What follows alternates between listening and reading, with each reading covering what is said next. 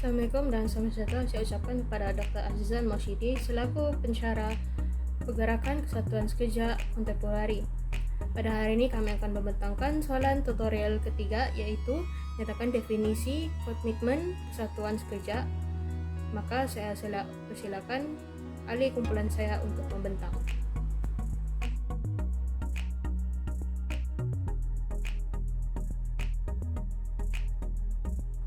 Kita mulakan dengan pendahuluan, yaitu kajian ini bertujuan untuk membincangkan berbagai definisi mengenai komitmen kesatuan sekerja. Komitmen kesatuan sekerja ini secara umumnya merujuk kepada persepsi berbagai pihak, terutamanya golongan pekerja terhadap kesatuan sekerja.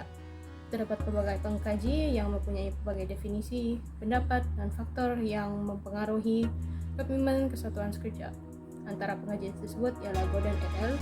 1980-an, dan Friedman dan Harvey 1986, dan ramai lagi.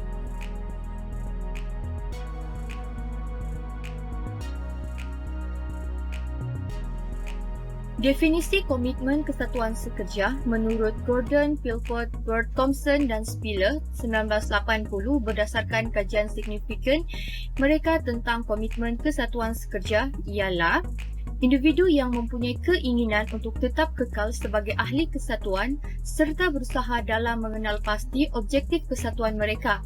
Oleh hal yang demikian, Gordon dan rakan-rakannya telah membuat satu bentuk skala komitmen yang merangkumi 4 dimensi komitmen kesatuan. Antaranya ialah kesetiaan, kepercayaan, tanggungjawab terhadap kesatuan, dan kerelaan bekerja untuk kesatuan. Dimensi yang pertama, kesetiaan terhadap kesatuan, merupakan perasaan bangga terhadap persepsi alatan buat bantuan yang disediakan oleh kesatuan dalam memenuhi keperluan ahli serta rasa bangga dengan pergaulan antara kesatuan dan ahli-ahlinya. Kepercayaan terhadap kesatuan pula menjurus kepada kepercayaan umum ahli terhadap konsep tersebut. Manakala dimensi tentang tanggungjawab terhadap kesatuan pula merujuk kepada tanggungjawab ahli dalam memenuhi segala kewajiban harian dan tanggungjawab mereka untuk melindungi kesatuan. Dimensi komitmen kesatuan yang terakhir ialah kerelaan bekerja untuk kesatuan. Apa yang dimaksudkan di sini ialah ahli-ahlinya bersedia untuk berkhidmat lebih atau bekerja lebih kepada kesatuan.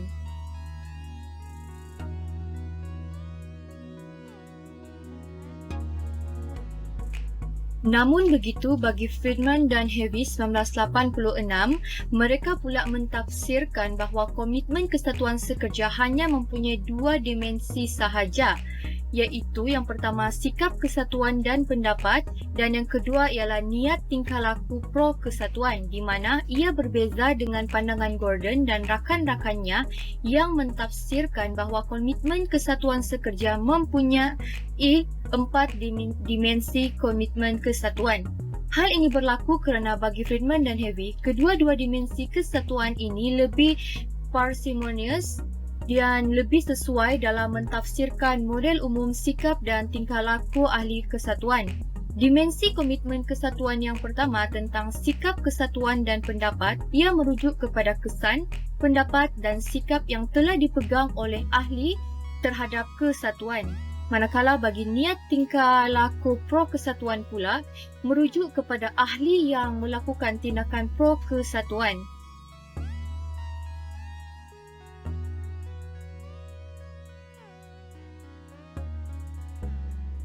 Seterusnya, menurut Bayazid, komitmen kesatuan ditakrifkan dan dilabelkan sebagai kesetiaan kesatuan.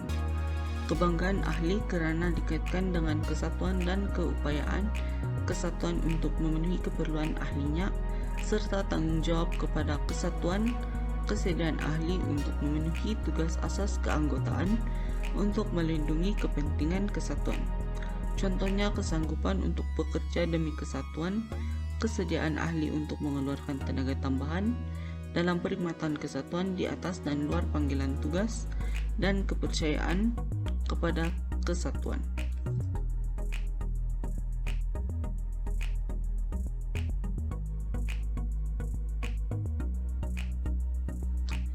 Komitmen kesatuan telah diperkenalkan dengan ukuran konstruk yang terjadi akibat daripada komitmen organisasi.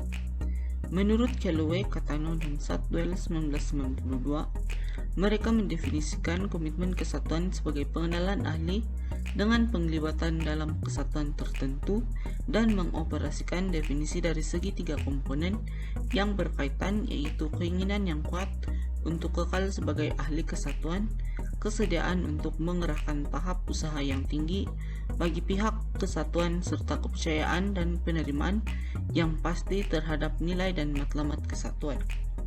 Selain itu, skala komitmen kesatuan 4 faktor telah dibangunkan dengan tujuan untuk mengenal pasti hasil komitmen.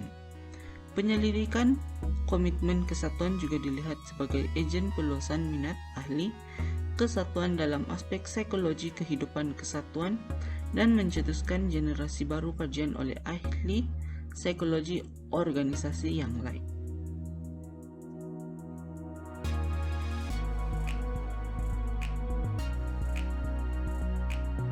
Definisi kesatuan kerja menurut Sperke dan Kurvilla pada tahun 1965 telah mencadangkan dua dimensi komitmen kesatuan sekerja, yaitu nilai atau ideologi dan alat bantuan.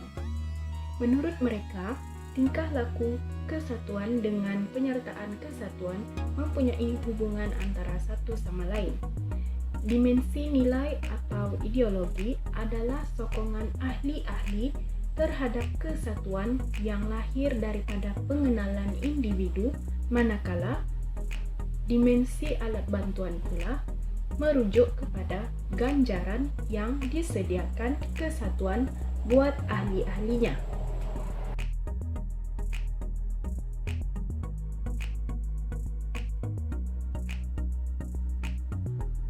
Sebagai kesimpulan, terdapat pelbagai teori yang diberikan oleh beberapa orang mengkaji tentang definisi komitmen kesatuan sekerja.